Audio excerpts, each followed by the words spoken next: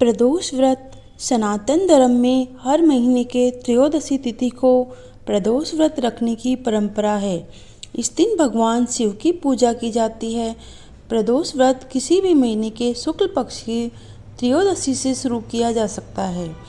प्रदोष व्रत भगवान शिव को समर्पित है। धार्मिक मान्यता है कि प्रदोष व्रत करने से व्यक्ति की सभी इच्छाएं पूर्ण हो जाती है। वही प्रदोष व्रत रखने से मनचाही इच्छा पूरी होती है।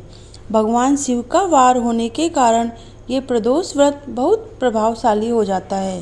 प्रदोष के दिन चंद्रमा से जुड़ी समस्याओं का निवारण आसानी से किया जा सकता है। आर्थिक तंगी दूर करने के लिए प्रदोष व्रत अवश्य करना चाहिए। प्रदोष व्रत के प्रभाव से रोग दूर हो जाते हैं। इसके साथ ही विवाह की बाधाएं दूर होती है। प्रदोष व्रत कथा स्कंद पुराण में वर्णित एक कथा के अनुसार एक नगर में एक गरीब ब्राह्मणी रहती थी। उसके पति का स्वर्गवास हो गया था। उसका अब कोई सहारा नहीं था, इसलिए सुबह होते ही वह अपने पुत्र के साथ भीख मांगने निकल पड़ती थी। भिक्षा मांगकर ही वह अपना और अपने पुत्र का पेट पालती थी। एक दिन ब्राह्मणी भिक्षा मांगकर घर लौट रही थी तो उसे एक लड़का घायल अवस्था में कराहता हुआ मिला। ब्राह्मणी दयावंश उसे अपने घर ले आई। वह लड़का विदर्भ का राजकुमार था। शत्रु सैनिकों ने उसके राज्य पर आक्रमण किया। उसके पिता को बंदी बना लिया था और उसका राज हड़प लिया था, इसलिए राजकुमार इधर उधर भटक रहा था। राजकुमार ब्राह्मण पुत्र के साथ ब्राह्मणी के घर रहने लगा। एक बार गरीब ब्राह्मणी दोनों पुत्रों के साथ ऋषि सांडिल्य के आश्रम में गई। वहाँ उसने प्रदोष व्रत की विधि और कथा सुनी और घर आकर उसने व्रत रखना आरंभ कर दिया। एक दिन की बात है कि दोनों बालक वन में घूम रहे थे।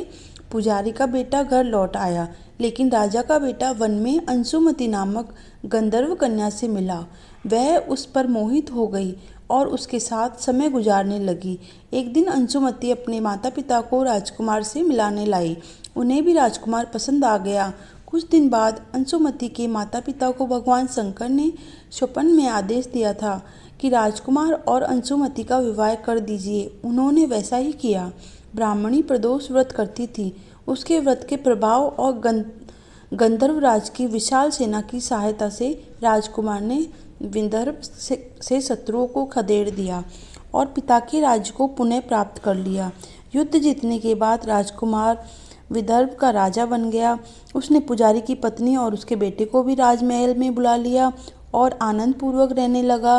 राजकुमार ने ब्राह्मण पुत्र को अपना प्रधानमंत्री नियुक्त कर दिया। अंशुमति के पूछने पर राजकुमार ने उसे प्रदोष व्रत के बारे में बताया। इसके बाद अंशुमति भी नियमित रूप से प्रदोष का व्रत रखने लगी। इस व्रत से इन लोगों के जीवन में सुखद बदलाव आए। ब्राह्मणी के प्रदोष व्रत के प्रभाव से जैसे राजकुमार और ब्राह्मण पुत्र के दिन फिरे, वैसे ही शंकर भगवान अपने दूसरे भक्तों के दिन भी फेरते हैं।